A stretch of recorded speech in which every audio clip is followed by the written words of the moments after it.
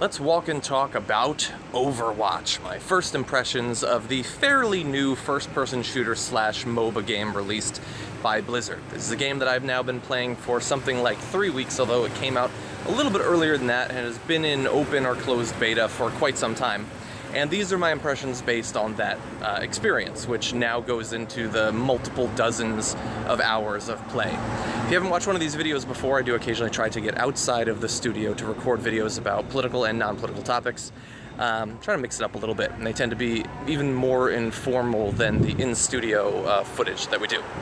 And so in this one, I haven't done it in a while, but we're going to be talking about Overwatch, which I will say, spoiler alert, I really like it. And not only that, but I have been able to, in a way that with other games I haven't, been able to get my gaming group to finally switch over in a durable, long-lasting way from League of Legends. I have a group of friends that I play games with online, and we've occasionally dabbled with other games, but it's been pretty much League of Legends the majority of the time for something like 5 years now. And to have them care enough about this other game to want to play it is pretty awesome. I'm just going to say that right out. Now, I did play a little bit of the open beta of Overwatch, and I did not have a good experience with it. Only played a couple of games, jumped in by myself, no friends in it, and I don't know, it felt like I didn't really understand the characters, and obviously there's a learning curve to this type of game. And without having teammates there to do coordination and choosing comps and stuff, I don't know, it just felt kind of empty in comparison to something like League of Legends. But then, once the actual game came out and a bunch of people at TYT began to play it, they were saying that they enjoyed it, the reviews were all like universally positive. I decided to give it a second try, and I have to say that having people that you know that are also doing it, who are you can communicate with during it, makes it a very different sort of thing. And so let's talk about some of the things that I like most about the game. I think that Blizzard, as they always do, they know how to make characters, and they know how to make distinct, interesting characters that span a wide range of archetypes, and they have certainly done that in Overwatch. If you want to be somebody big and beefy, you've got multiple characters. You can be Winston, the scientist monkey. You can be Zarya, the plasma cannon-toting Russian girl.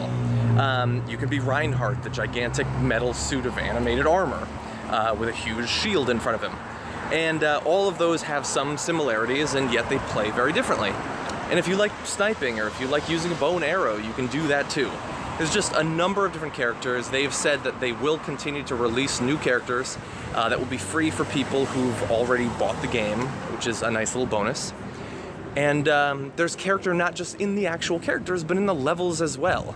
All of them have a theme and a sort of story to them. They all look visually distinct, immediately apparent where you are, what particular level you're in, and they'll be expanding that as well.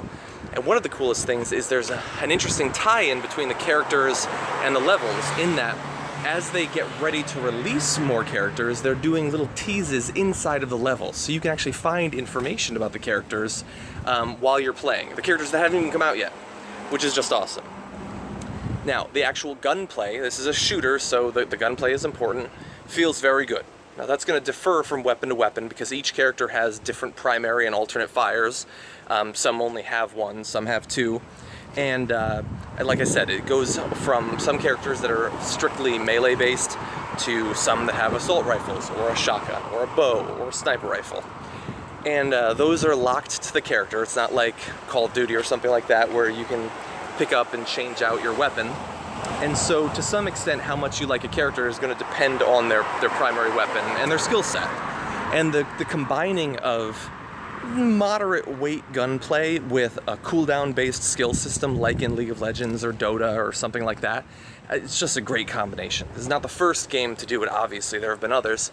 But this one, I think, leans more towards the gunplay than some of the others, and that's what I've been looking for lately. I've been looking for a fun shooter to play with unique characters and cool team-based modes. They make the voice communication very smooth, which is important for a game like this. And in terms of the way that teams interact, Overwatch has a cool way of incentivizing team play. In a game like League of Legends, you can always go to the scoreboard and you can see how many kills you have and how many deaths you have, and your teammates can see that too. And it's very easy in a game like that for them to judge the other players, to get pissed off at them if they're dying too much or if they don't have enough kills. or simply because the kills are listed to feel that that is what determines if you've actually helped your team. But in a team-based game where it's about winning the round, pushing a payload down a path, or taking over some territory, the kills aren't the most important thing. And so, like some other games like Strife, for instance, which is another MOBA game, they don't stress the kills. And you can't actually even find out how the other people on your team are doing. You can see your own stats, which is important, because you want to understand if you're doing better over time and that sort of thing. But they don't just track the kills and your damage, they also track how long you've been on the objective, how many kills you have that were near the objective, which are more important than kills that were not.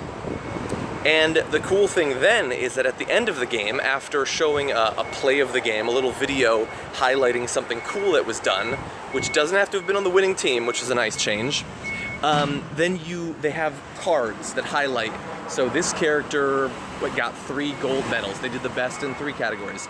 This character destroyed a lot of turrets. And it's a cool little way of incentivizing even losing. Even if you lose, you can get these cards, and it makes you feel good afterward.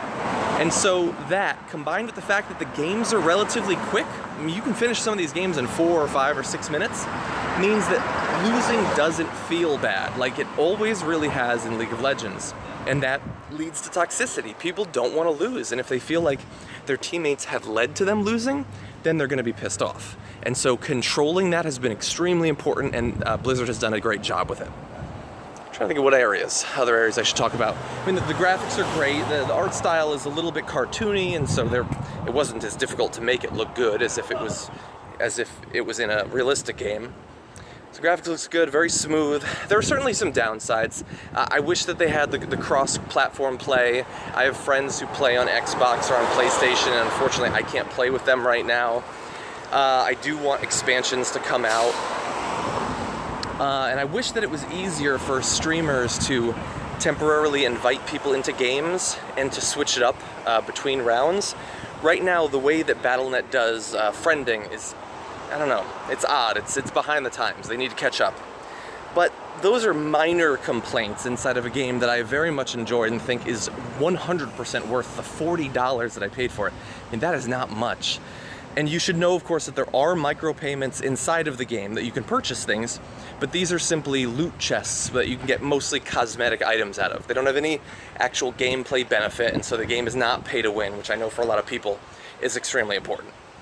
So those are my initial impressions. I have more thoughts on Think Tank. I did a video of 7 of the things that Overwatch needs to change, but even that was with the understanding that the game overall is awesome. So if you guys have already played it, let me know what you think. If you're considering buying it, it gets my recommendation, and thank you for walking and talking with me.